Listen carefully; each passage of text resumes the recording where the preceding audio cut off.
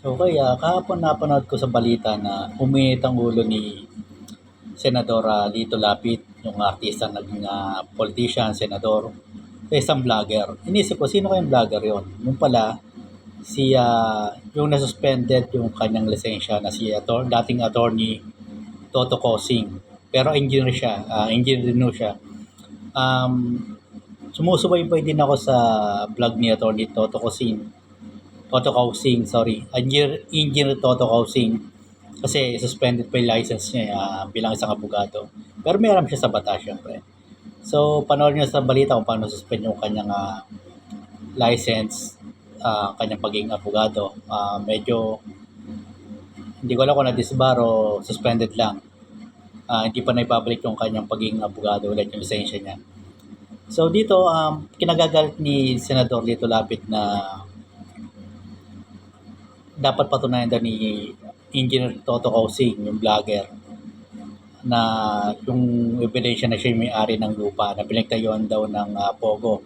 Hindi ko malaman kung illegal Pogo o licensed na Pogo yung pasugalan. So, ang pinupunto ni Engineer Toto Kausing ay meron siya pinanghawakan na ebidensya at hindi siya kayang basta-basta sampahan ng cyber libel kung sakasakali man ni Senator Lito Lapid.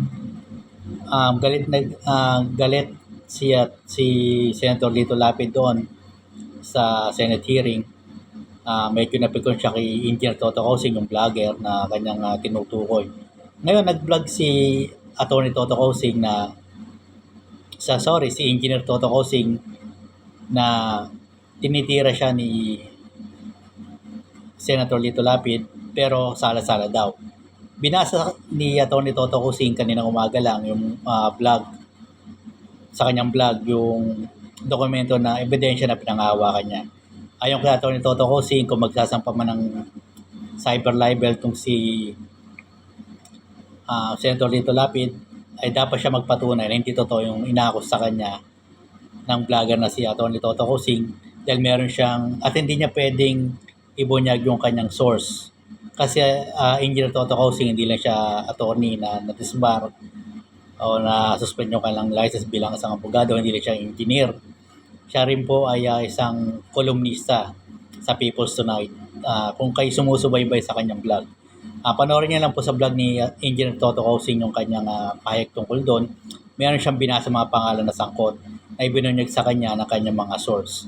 So sa media kasi, media practitioner, hindi mo pwedeng ibunyag yung source. Sino yung magtitiwala lang sa'yo, di ba? So, abangan natin kung anong pwede pa mangyari kung makapagsampa nga ng kaso siya, Tito Lapid.